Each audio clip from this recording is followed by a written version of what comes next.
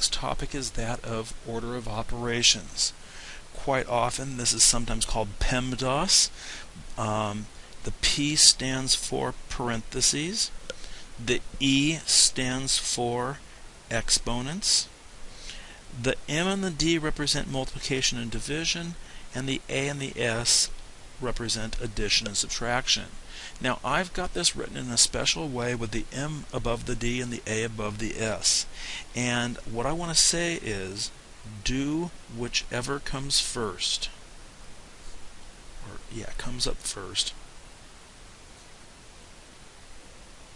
When you are looking at it from left to right. Okay, it is not, my dear Aunt Sally, multiplication then division. My dear, if you want to think of it as mom and dad are equally important, whoever shows up first and sees the broken vase gets to punish the kid. They're equally important, so to speak, and multiplication and division, we say, have the same hierarchy or level of importance. Now, another comment about P for parentheses and just the notation of algebra. Multiplication can be written in several different ways. We're not going to really use the 8 times 5 with the x representing multiplication at all in this class because the times sign can get mixed up with the variable x. So instead, we either write 8 times 5 and use the parentheses for multiplication that way to equal 40, or sometimes parentheses are used to group numbers. The 8 and 5 get added together to make 13. Then we've grouped the 2 plus 7 make the 9. Then we can subtract them and to get 4. So parentheses can be used either for multiplication, as we have with this 8 times 5, or for grouping, as we see in this next example. Now, in algebra, now this is kind of a weird statement, we're always trying to use as few symbols as possible. So when we have 5 times x, it can be written in any of these 3 manners here. 5x is the one that's the most common. That stands for 5 times x, but so does this with the dot for multiplication, and so does this over here at the right with the parentheses for multiplication. What's on the left requires the fewest strokes of our pen, and it's easier to type, and all around is a nicer way to go.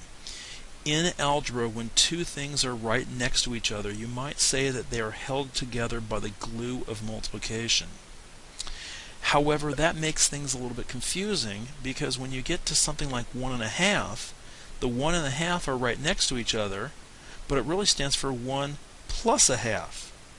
And if we look at it in terms of algebra, 1 times a half is not the same as 1 plus a half. So generally in algebra, if you had something like 1 1/2x, that is bad notation because you're wanting to say 1 1/2 times the x, but there's an addition tied up in the middle of this 1 and this 1/2, and that just makes it altogether confusing. So in this class, we pretty much will not use mixed numbers at all unless we are interpreting a word problem. And we need to kind of get some meaning out of what is an improper fraction equal to. Instead, we are going to prefer to have improper fractions as our solutions. For example, 53 over 5 is perfectly fine as an answer in this class and in all your future math classes. We do not convert that to 10 3/5. However, I did not say do not reduce your answers. If you had something such as 40 over 10, you are obliged to reduce that and write it as the whole number 4, always wanting to reduce our answers. Reducing is not the same as converting it to an improper or to a mixed number. Improper fractions are perfectly fine in this case.